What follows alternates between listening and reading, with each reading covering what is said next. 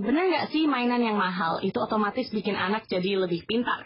Anak-anak kecil itu sebenarnya nggak ingat mainan mahal yang kita belikan. Tapi mereka akan ingat ekspresi kita waktu main bareng, suara tawa kita, dan pelukan setelah selesai bermain. Itu salah satu mitos yang beredar. Warna dan suara memang penting, tapi kalau terlalu banyak atau terlalu keras, justru bisa membuat bayi stres. Jadi mana yang benar? Saya senyum aja kalau dengar debat itu. Setiap anak punya tahapan. Kita tidak seharusnya melewatkan atau mempercepat satu tahap demi tahap selanjutnya. Jadi banyak orang tua kadang tergiur beli mainan lucu tanpa mikir. Apakah ini cocok untuk usia anak saya?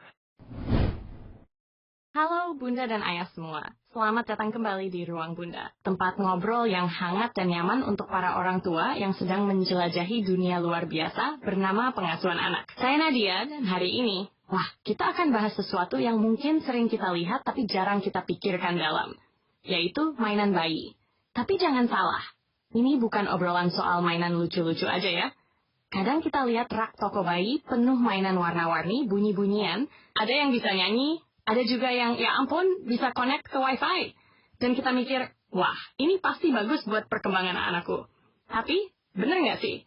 Semua mainan itu memang penting. Atau sebenarnya yang paling penting tuh bukan di mainannya, tapi di cara kita mainnya. Nah, biar nggak penasaran, saya sudah bersama seorang tamu istimewa hari ini. Beliau adalah dokter anak yang udah malang melintang di dunia tumbuh kembang, dikenal sabar dan suka banget ngobrol sama para orang tua. Yuk, langsung kita sambut Dr. Reza. Hai, Nadia. Wah, makasih ya perkenalannya. Senang sekali bisa gabung di Ruang Bunda. Saya senang banget nih kalau diajak ngobrol soal stimulasi anak. Karena topik ini tuh penting banget, tapi seringkali masih jadi misteri buat banyak orang tua. Nah iya dok, saya pribadi aja jujur sering bingung. Di satu sisi saya pengen ngasih yang terbaik buat anak, tapi di sisi lain, kok makin pilihannya, makin pusing ya. Itu sangat wajar Mbak Nadia, justru rasa penasaran dan kebingungan itu tandanya orang tua sedang berusaha jadi lebih baik. Tapi jangan khawatir, hari ini kita kupas bareng ya. Bahwa stimulasi dini itu bukan soal mahal-mahalan mainan, tapi soal kehadiran dan kesadaran kita sebagai orang tua. Mantap, Bunda dan Ayah. Yuk duduk santai, tarik napas dalam-dalam. Kita mulai aja obrolannya.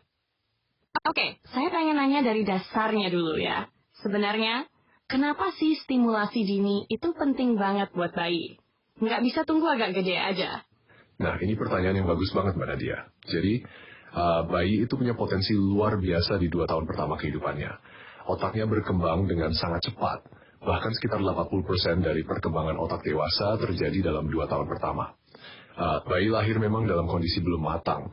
Tapi otaknya punya jutaan koneksi saraf yang siap terbentuk, asalkan dapat stimulasi yang tepat. Wah, jadi 2 tahun pertama itu semacam jendela emas gitu ya? Betul sekali, kita sering sebut sebagai golden period. Di masa ini, setiap sentuhan, suara, gerakan, tatapan, semua bisa jadi sinyal buat otak bayi, membentuk koneksi-koneksi saraf yang jadi fondasi perkembangan mereka nanti. Kognitif, emosi, bahasa, sosial, motorik, semuanya.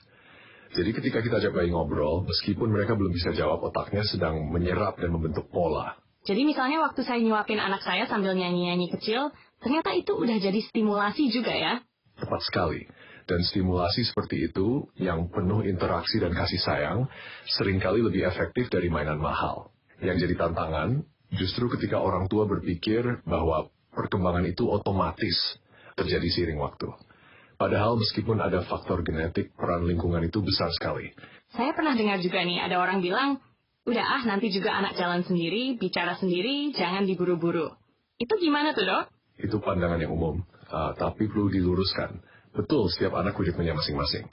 Tapi bukan berarti kita tinggal diam.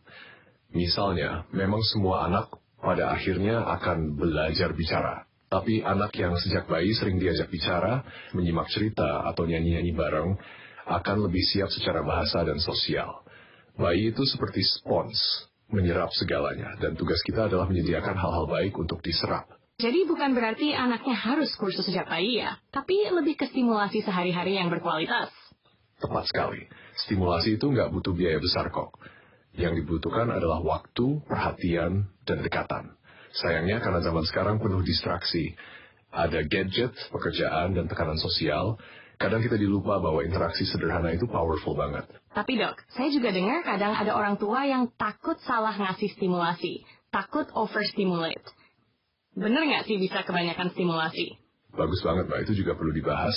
Bisa, tapi biasanya overstimulasi terjadi kalau anak terus-menerus diberi rangsangan yang terlalu cepat, terlalu keras, atau terlalu kompleks. Misalnya suara berisik terus-menerus, lampu kedap-kedip berlebihan, atau ganti aktivitas setiap 5 menit. Akibatnya bayi bisa jadi rewel, sulit tidur, atau justru shutdown. Jadi penting bagi orang tua untuk membaca sinyal bayi. Kalau bayi mulai memalingkan wajah, menggosok mata, menangis, atau tampak lelah, berarti sudah cukup dulu.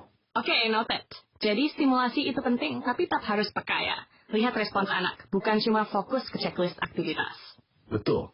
Dan stimulasi yang paling baik itu datang dari hubungan yang hangat. Bayi belajar paling optimal ketika merasa aman dan dicintai. Jadi jangan khawatir soal salah mainan dulu, tapi fokus dulu ke apakah saya hadir sepenuhnya untuk anak saya hari ini. Waduh, itu bikin merinding sih, Dok. Karena kadang kita buru khawatir soal milestone, sampai lupa nikmatin prosesnya. Padahal bisa jadi, waktu kita peluk anak kita setelah mandi sambil ngobrol lembut, itu udah jadi stimulasi juga ya. Ya, itu stimulasi sekaligus bonding. Dan bonding yang kuat itu akan membentuk dasar kepercayaan diri dan kesehatan mental anak nanti. Jadi jangan remehkan hal-hal kecil yang penuh cinta itu. Ini baru segmen 1 aja udah banyak banget pencerahannya. Saya jadi makin penasaran nih, kalau tadi kita udah ngomongin kena stimulasi dini itu penting. Berikutnya kita bahas soal mainan ya, Dok. Benar nggak sih mainan mahal itu memang lebih pintar? Wah, itu topik seru banget. Yuk kita lanjut ke segmen berikutnya. Sekarang kita masuk paling menggelitik nih, Dok. Jujur ya, saya suka banget lihat-lihat mainan bayi di toko. Warna-warni, lucu, ada yang katanya bisa bantu bayi belajar bahasa, musik, matematika, sampai logika. Tapi terus saya mikir, kok makin canggih, makin mahal ya? Pertanyaannya, benar nggak sih mainan yang mahal itu otomatis bikin anak jadi lebih pintar? Ini pertanyaan yang sering banget saya dapat dari orang tua. Jawaban sederhananya adalah tidak selalu. Jadi mahalnya mainan nggak menjamin kualitas stimulasi yang diberikan. Bahkan kadang mainan mahal yang penuh fitur justru bikin anak jadi pasif. Pasif? Bukannya justru karena banyak fitur, jadi lebih merangsang? Banyak mainan elektronik yang bunyinya banyak, lampunya kelap-kelip, ada suara hewan, lagu, segala macam. Tapi semua itu terjadi tanpa perlu anak melakukan apapun. Cuma ditekan satu tombol, semua reaksi keluar. Anak jadi penonton, bukan pelaku. Sedangkan stimulasi yang efektif butuh anak jadi pelaku aktif. Menjelajah, mencoba, gagal, dan ulangi lagi. Wah, iya ya. Saya pernah lihat anak kecil mainan laptop mainan yang isinya cuma lagu-lagu. Tapi anaknya nggak ngapa-ngapain, cuma pencet-pencet asal terus nonton aja. Betul, dan itu yang disebut dengan stimulasi satu arah. Bandingkan dengan aktivitas sederhana seperti bermain cilukba, tepuk tangan, atau meniru suara binatang bersama. Di situ ada respon dua arah, emosi yang terlibat, interaksi, dan itu jauh lebih kaya secara neurologis. Jadi sebenarnya mainan yang bagus itu bukan soal bentuk atau teknologinya, tapi seberapa aktif anak bisa bermain dengannya. Tepat sekali. Mainan yang bagus justru seringkali sederhana, balok kayu, botol plastik berisi beras, cermin aman, atau bahkan sendok kayu dan mangkuk plastik. Karena dengan benda-benda itu bayi belajar menggenggam, menggoyang, menjatuhkan, mendengarkan suara, mencoba kembali, semua itu bagian dari eksplorasi aktif. Dan yang saya suka, benda-benda kayak gitu murah meriah dan mudah dicari di rumah. Justru itu, low cost, high impact. Bahkan dalam beberapa riset, anak-anak yang lebih sering bermain dengan benda sehari-hari bersama orang tuanya ternyata lebih cepat berkembang secara bahasa dan sosial dibanding anak yang banyak ditinggal bermain dengan mainan elektronik. Wah, berarti saya nggak perlu merasa bersalah lagi kalau nggak bisa beli mainan mahal ya? Nggak perlu sama sekali. Yang perlu diingat, mainan terbaik buat anak adalah waktu dan perhatian dari orang tuanya. Kita ini mainan yang hidup, yang bisa bicara, memeluk, bereaksi. Dan itu jauh lebih bermakna buat otak bayi daripada robot yang bisa nyanyi 20 lagu. Haha, betul juga. Dan kadang kita sebagai orang tua suka ngerasa harus mencukupi secara materi, padahal anak justru cari yang emosional. Anak-anak kecil itu sebenarnya nggak ingat mainan mahal yang kita belikan. Tapi mereka akan ingat ekspresi kita waktu main bareng, suara tawa kita, dan pelukan setelah selesai bermain. Itulah yang menempel sampai dewasa. Aduh, jadi melo nih saya, Dok. Oke, kita lanjut ya ke segmen berikutnya, karena saya penasaran soal stimulasi sensorik. Dunia bayi kan katanya penuh dengan hal-hal baru. Nah, kita bahas yuk. Cara bantu bayi menjelajah lewat panca indera mereka. Sebelum lanjut, tulis di kolom komentar jika Bunda punya pertanyaan atau saran. Saya tuh selalu terpesona lihat bayi baru lahir. Mereka tuh kayak makhluk kecil yang baru banget ketemu dunia.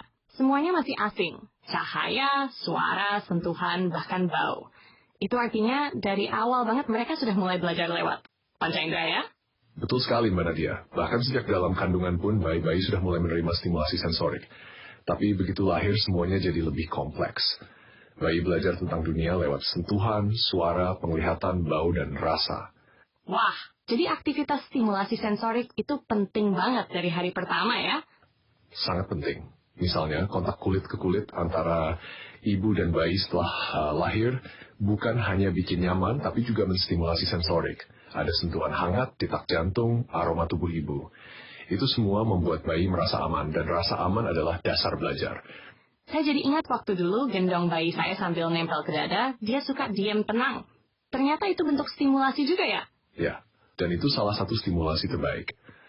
Selain itu, kita bisa menstimulasi lewat kegiatan sehari-hari. Misalnya, mandi dengan suhu air yang nyaman. Biarkan bayi merasakan tekstur air, suara cipratan, tummy time di atas berbagai permukaan, matras, kain flanel, atau alas berpola.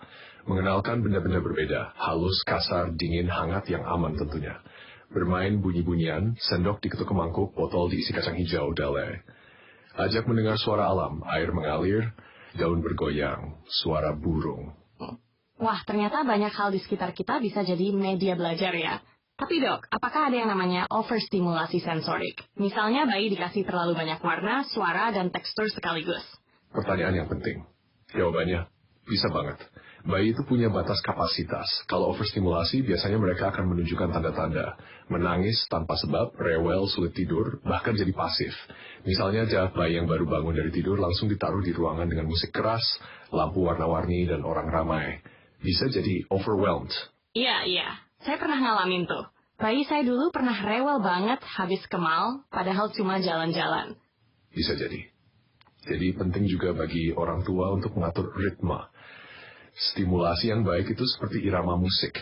Ada bagian aktif, ada juga bagian tenang. Misalnya setelah main suara-suara, beri waktu untuk pelukan tenang atau gendongan hening.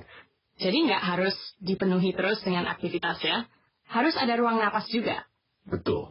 Dan ini kadang dilupakan karena kita merasa harus terus produktif. Tapi dalam stimulasi sensorik, kualitas lebih penting daripada kuantitas. Misalnya, memperkenalkan satu suara atau satu benda baru, tapi dilakukan berulang dan penuh perhatian itu lebih efektif daripada mengganti mainan setiap 5 menit. Noted banget. Tapi ada juga yang mikir gini, dok. Kalau bayi dikasih warna-warna cerah dan suara keras dari awal, nanti dia cepat tanggap, cepat pintar. Itu mitos nggak sih? Itu salah satu mitos yang beredar. Warna dan suara memang penting. Tapi kalau terlalu banyak atau terlalu keras, justru bisa membuat bayi stres. Apalagi bayi baru lahir masih lebih nyaman dengan kontras tinggi seperti hitam putih, bukan warna neon. Dan mereka juga lebih suka suara lembut, bukan musik keras. Wah, jadi mainan hitam putih itu bukan tren semata ya? Memang disesuaikan dengan kemampuan visual bayi? Benar. Pada bulan-bulan pertama, mata baru bisa membedakan kontras tinggi. Maka mainan hitam putih itu sangat membantu mereka belajar fokus dan mengikuti gerak. Baru perlahan-lahan kemampuan warna berkembang. Saya baru sadar kalau semua perkembangan itu ada tahapannya. Nggak bisa langsung loncat-loncat ya? Ya, bayi itu seperti sedang mendaki gunung satu persatu. Kita bantu mereka naik perlahan. Jangan buru-buru dorong sampai puncak. Nanti malah terjatuh. Dok, analoginya cakep banget. Dan saya yakin para pendengar kita juga sekarang mulai bisa bernapas lega, karena ternyata banyak hal kecil yang bisa kita lakukan di rumah untuk bantu perkembangan anak. Nggak harus canggih, yang penting penuh kasih dan sadar. Tepat sekali. Dan semua orang tua pasti bisa, asal sontak ke mata dan hati. Oke dok, kita udah ngobrol soal mainan dan stimulasi sensorik. Sekarang saya penasaran banget sama stimulasi motorik. Karena saya sering lihat postingan di medsos soal milestone kayak usia sekian harus sudah tengkurap, duduk, merangkak, berdiri, jalan. Tapi, seberapa penting sih stimulasi motorik ini, dok?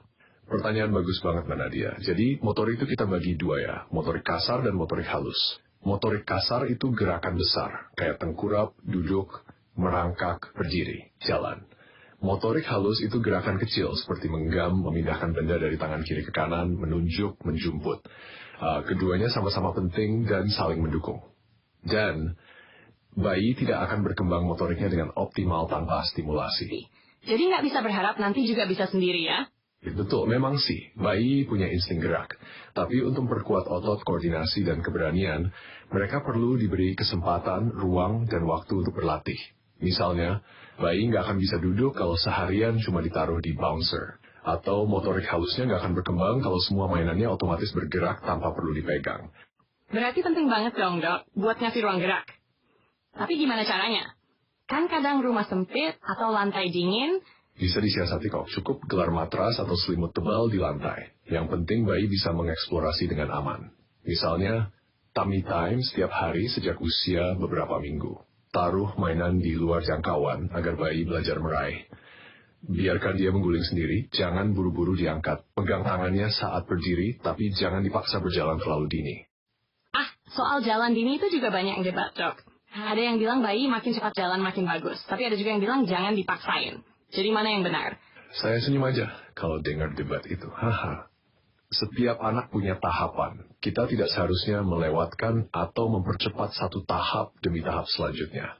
Misalnya, merangkak itu bukan cuma lucu, tapi penting untuk koordinasi tangan kaki, keseimbangan otot punggung, dan konsentrasi. Kalau langsung dilatih jalan sebelum merangkak, bisa berdampak ke postur dan kemampuan belajar ke depannya. Saya baru tahu merangkak sepenting itu. Padahal sering dianggap, ya udahlah, yang penting bisa jalan. Dan ada juga orang tua yang bangga banget anaknya bisa berdiri di usia 6 bulan, padahal itu belum waktunya. Bisa jadi otot kakinya belum siap, persendiannya belum kuat. Kalau dipaksakan ada risiko gangguan postur. Jadi stimulasi motorik itu bukan berarti mendorong anak cepat bisa, tapi memberi kesempatan anak untuk mencoba sesuai usianya, ya? Persis. Dan stimulasi motorik halus juga jangan dilupakan. Misalnya, beri benda kecil yang aman untuk dipegang dan dipindah tangan. Mainan seperti balok kayu, bola kecil, atau buku kain. Biarkan bayi mencoba makan sendiri dengan tangan. Itu pun stimulasi halus. Kadang orang tua tuh risih ya kalau anak makannya belepotan. Tapi ternyata pas mereka genggam makanan dan masukin ke mulut, itu juga belajar ya? Betul. Memang berantakan, tetapi itu pembelajaran. Anak belajar genggam, arahkan ke mulut, rasakan tekstur. Itu kompleks sekali loh prosesnya. Satu suapan bisa melibatkan otak, otot, mata, dan koordinasi yang luar biasa. Jadi buat para bunda yang anaknya masih belum duduk atau jalan, jangan panik, tapi juga jangan diam aja. Kasih ruang gerak, ajak bermain, dan biarkan mereka menemukan gerakan mereka sendiri. Setuju banget. Dan jangan lupa, jika ada kekhawatiran, misalnya bayi tidak menunjukkan usaha meraih benda atau tidak mampu menahan kepala di usia tertentu, jangan ragu konsultasi. Lebih baik dicek lebih awal daripada menunda. Noted. Sekarang saya pengen tahu nih, Dok. Kan tiap bulan usia bayi itu beda-beda kebutuhannya. Nah, gimana caranya memilih mainan yang sesuai usia? Ini penting banget. Jadi banyak orang tua kadang tergiur beli mainan lucu tanpa mikir. Apakah ini cocok untuk usia anak saya? Padahal, perkembangan sensorik dan motorik bayi itu sangat cepat dan berbeda di tiap tahap. Kita bahas dari usia 0 sampai 6 bulan dulu ya, Dok. Sip. Nah, di usia 0 sampai 6 bulan, bayi sedang belajar fokus, mengenali wajah, mengikuti gerak, dan mendengar suara. Jadi mainan yang cocok adalah mainan gantung di atas tempat tidur atau playmat. Gerakan perlahan untuk bantu bayi mengikuti. Cermin bayi. Bayi suka lihat wajah, bahkan wajah sendiri. Mainan dengan kontras tinggi, hitam, putih, merah. Karena warna-warna pastel belum terlihat jelas di bulan awal. Mainan bunyi lembut seperti rattle atau lonceng yang halus. Boneka kain sederhana yang bisa dipegang dan dikulum. Saya jadi ingat, dulu anak saya paling suka mainan yang kalau digoyang bunyi kerincing pelan. Dan dia selalu senyum tiap lihat bayangannya di cermin. Itu contoh ideal. Di usia ini, stimulasi itu sebaiknya satu persatu, jangan terlalu banyak sekaligus. Lalu masuk ke usia 6 sampai 12 bulan. Nah, ini fase eksplorasi aktif. Waduh, iya, usia itu anak mulai merangkak. Masukin apapun ke mulut, penasaran banget sama semua benda. Nah, di usia 6 sampai 12 bulan, bayi mulai duduk sendiri. Meraih dan memindah benda. Menjatuhkan dan mengulanginya. Memukul, menggigit, menggoyang benda. Meniru suara atau ekspresi. Jadi mainan yang sesuai adalah balok besar dari busa atau kayu ringan, bola lunak berbagai ukuran, mainan sebab akibat, misalnya kalau ditekan berbunyi, mainan bisa digigit teether untuk meredakan gusi gatal, buku kain bertekstur ada suara krek, bahan lembut kasar, botol plastik isi beras atau kacang hijau bikin suara kalau digoyang. Saya jadi ingat anak saya suka banget mainin botol air kosong. Saya sempat mikir, ya ampun ngapain beli mainan mahal-mahal? Itu kejadian universal. Kadang justru mainan buatan rumah yang bikin anak eksplor paling lama. Karena mereka merasa bisa mengontrolnya, bisa gigit, guncang, jatuhin, dan dapat respon. Itu yang bikin mereka belajar. Tapi dok, apakah ada risiko kalau anak belum mencapai milestone di usia tertentu? Misalnya belum duduk di usia 7 bulan, atau belum merangkak di 9 bulan? Perlu diingat, setiap anak punya ritme masing-masing. Tapi juga ada rentang waktu ideal. Misalnya, kepala tegak stabil, 3-4 bulan. Tengkurap sekitar 4 bulan. Duduk sendiri 6-8 bulan. Merangkak 7-10 bulan. Berdiri 9-12 bulan. Jalan 12-15 bulan. Kalau sudah lewat dari rentang itu dan belum ada tanda-tanda, boleh banget konsultasi ke dokter anak atau fisioterapis anak. Jadi bukan untuk bikin panik, tapi untuk kasih dukungan lebih awal kalau dibutuhkan? Betul. Intervensi dini jauh lebih efektif daripada menunggu terlalu lama.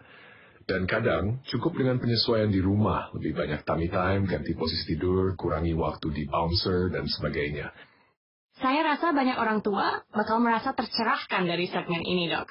Karena kita jadi tahu bukan soal mengejar cepat, tapi soal memberi ruang sesuai usia dan kemampuan anak. Dan memberi waktu, karena proses belajar itu nggak instan. Setiap gerakan yang kelihatannya sederhana bagi kita adalah pencapaian besar buat mereka. Dari semua yang udah kita, saya jadi makin yakin satu hal. Ternyata mainan itu cuma alat ya. Tapi yang bikin benar-benar bermakna itu justru siapa yang menemani saat bermain. Wah, Mbak Nadia langsung ke inti. Tepat banget, karena pada akhirnya bukan mainannya yang mengajar, tapi interaksi manusia yang terjadi selama bermain. Dan di situ peran orang tua jadi krusial. Tapi kadang ya, dok, saya sendiri merasa ragu. Aku ini udah cukup belum sih nemenin anak main? Apalagi kalau sambil kerja dari rumah, kadang sambil nyuapin atau malah buru-buru. Emang, orang tua harus kayak gimana sih dalam proses bermain? Yang penting bukan lama waktunya, tapi kualitasnya. Satu sesi 10 menit, tapi penuh tatapan mata, senyum, dan respons terhadap ekspresi anak itu jauh lebih bermakna dibanding 1 jam bareng, tapi sambil pegang HP. Ah ya, saya kadang sambil scroll juga tuh merasa yang penting aku di sebelahnya. Tapi ternyata nggak cukup, ya? Nah, itu dia jebakan kita sebagai orang dewasa. Anak-anak, terutama bayi, belajar dari ekspresi wajah kita, intonasi suara kita, dan kontak mata. Waktu kita hadir sepenuhnya, bayi merasa diperhatikan. Dia belajar, kalau aku lempar bola, bunda lihat dan ketawa. Dari situlah muncul koneksi sosial dan percaya diri. Berarti bukan cuma bayi yang butuh belajar main, tapi kita juga ya? Orang tua perlu belajar hadir. Betul. Bermain bersama anak juga jadi cermin buat kita. Seberapa sadar kita dalam relasi, seberapa sabar kita merespons, dan seberapa nyaman kita ikut jadi anak-anak lagi. Kadang malah kita terlalu serius dan lupa rasanya bermain tanpa target. Iya ya, kadang kita mikir, main ini supaya anak bisa ini itu. Padahal anak cuma pengen main. Tepat, bermain adalah cara alami anak memahami dunia. Kalau kita bisa ikut larut, ikut merangkak, pura-pura jadi hewan, ikut tertawa bareng, itu udah jadi stimulasi, bonding, sekaligus terapi untuk kita juga. Tapi untuk orang tua yang sibuk, atau misalnya ibu rumah tangga yang kelelahan, apa masih bisa kasih stimulasi yang cukup? Bisa banget. Bahkan rutinitas harian bisa jadi momen bermain. Contoh, saat mandi, ajak bayi ciprat-cipratan air. Waktu menyusui, nyanyikan lagu pelan atau pandang mata bayi. Saat mengganti popok sambil main cium-cium perut. Saat masak, beri bayi sendok kayu untuk dimainkan. Jadi bukan soal menyisihkan waktu ekstra, tapi lebih ke mengubah rutinitas menjadi interaksi sadar. Wah, ini membuka banget, Dok. Karena kadang kita nunggu waktu luang baru main. Padahal waktu kecil-kecil itu ya justru di momen biasa sehari-hari. Benar. Dan satu lagi, jangan merasa bersalah kalau sesekali nggak sempat. Yang penting adalah konsistensi dalam keterlibatan emosional. Anak nggak butuh orang tua yang sempurna, tapi yang hadir dengan tulus. Nah, sekarang saya mau sesuatu yang kayaknya sering bikin orang tua resah. Gimana sih caranya kita tahu bahwa stimulasi yang kita berikan tuh efektif? Ada tanda-tanda khusus nggak? Pertanyaan yang bagus. Tanda stimulasi efektif itu bukan selalu berarti anak cepat bisa ini itu, tapi lebih ke respon anak terhadap dunia di sekitarnya. Beberapa tanda positif. Bayi mulai menunjukkan rasa ingin tahu. Matanya mengikuti benda, tangannya mencoba meraih. Ia mulai mengulang gerakan atau suara yang menyenangkan. Wajahnya berekspresi saat diajak main, tersenyum, tertawa, atau tampak fokus. Ada peningkatan kecil tapi konsisten dalam kemampuan motorik dan sosial.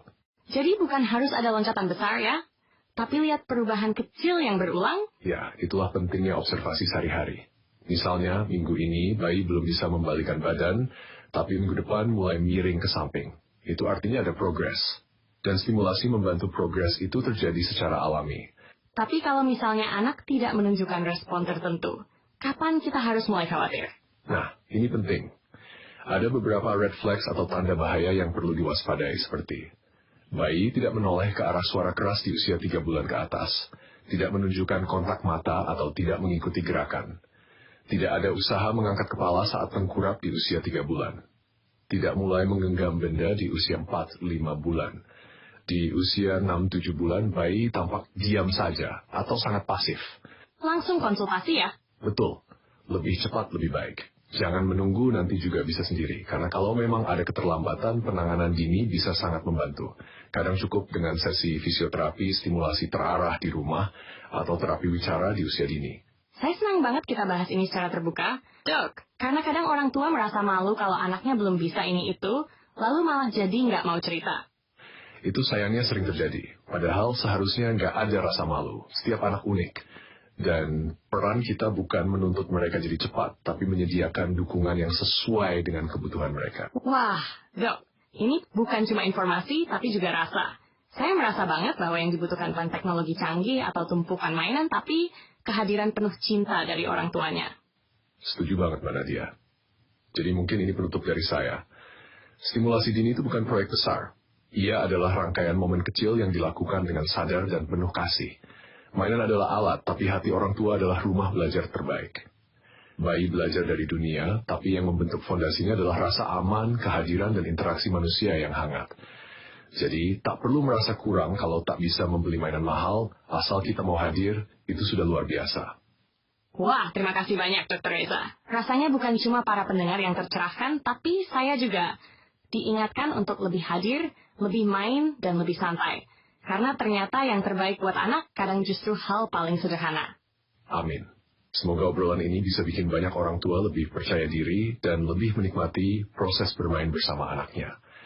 Jangan lupa, anak tidak butuh yang sempurna, cukup yang mau menemani. Jangan sungkan untuk berbagi cerita atau pertanyaan kalian di kolom komentar. Dan minggu depan, kita akan ngobrolin hal yang tak kalah seru. Tidur bayi antara mitos dan realita. Siapa nih yang masih begadang tiap malam? Saya Nadia, pamit dulu dari Ruang Bunda. Sampai ketemu di episode selanjutnya. Jaga diri, jaga hati, dan terus hadir untuk si kecil.